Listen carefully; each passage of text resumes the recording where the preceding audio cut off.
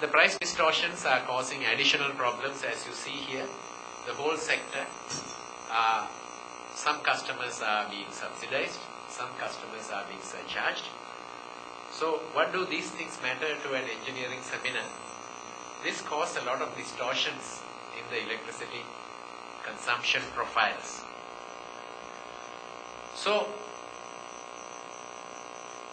subsidies and the absence of efficient electricity pricing prevents full cost recovery to energy suppliers. Of course, efficient costs only, not all costs, not any costs. And in turn, finally, caused all suppliers to report losses and carry the stigma of being a burden on the country. Of course, it causes difficulties in operating a power generating system, and it causes subsidized customers not to practice energy efficiency. And the end result is that the overall economic cost will be higher than what it would have otherwise been if energy was priced at what it costs. We are doing some studies about the future operation of the Sri Lanka power system at the moment, with the objective of examining whether we can use more renewable energy. It takes time for me to go through, but let me just focus on one specific aspect. Look at the light blue bar here, in which we are examining, is it opportune to build another big power plant, a wind power plant. But you see, there is no demand for the wind power plant in the night. It is too expensive to, either it is too expensive to run it, because there are other cheaper options to operate. So, why do people not use electricity in the night? Of course, our society sleeps in the night, but there are certain economic activities and social activities which can continue into the night.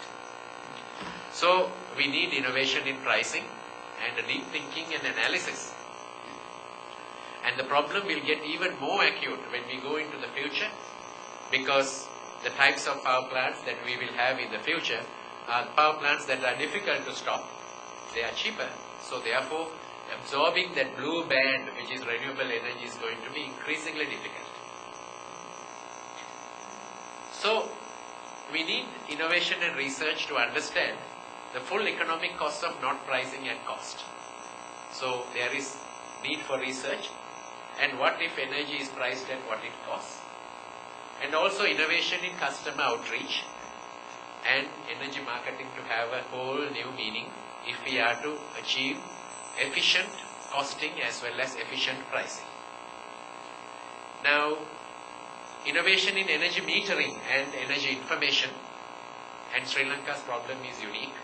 We obviously cannot repeat or replicate solutions that have been implemented in other countries to resolve the problems we have. And we need innovative pricing schemes that are active, of course, in other countries, and demand response approaches. I'll just quickly go back to this picture. What if you put your clothes in the washing machine in the night and you press a button and it does not start? It is started by the electricity supplier through a signal at midnight. Seems very simple. Perhaps that is a solution to this problem. And of course, what about more electric vehicles? Because electricity is in fact cheaper in the night. So there are a lot of analysis and studies that require to understand about the customers and blend engineering with economics and find out whether there are innovative approaches to pricing schemes, and also the economic benefits of all the possible options in trying to engineer the customer demand to match the economics of the system at every hour of the day. I will briefly touch on the petroleum industry as well, because my topic is energy pricing. I will not go deep into the subject, but as you see here, gasoline production, that is petrol, and imports, as you see, we produce, say for example in 2012, roughly 151 million liters and imported 574.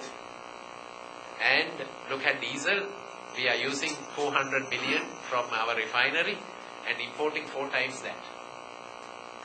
Now why is this? Some may say this disparity between gasoline and diesel is good. It indicates that a lot of people are using public transport. But on the other hand, one would argue that this is because of differential pricing. Because many of us know that gasoline and diesel actually cost the same. It costs the country almost the same, but it is differential pricing with a different objective of supporting public transport and goods transport that has caused this huge disparity, which is economically damaging to the country because diesel has to be imported in very large quantities. So, can electric road transport bridge the low demand window in the electricity profile? Can electric trains, of course, which are proven to be more energy efficient, there's no doubt about it, and cost effective, even only from the point of view of energy saving. What are the details? Where is detailed planning and modeling and analysis? A lot of work to be done. And of course, the correct pricing of petroleum products, which is linked to the other two bullet points. Whether it can generally move people away from petroleum use to electric vehicles. Whether these are economical or not, I do not know. A lot of research and innovation is required in these subject areas. Thank you very much. I think I came to my time. Yeah, that's great.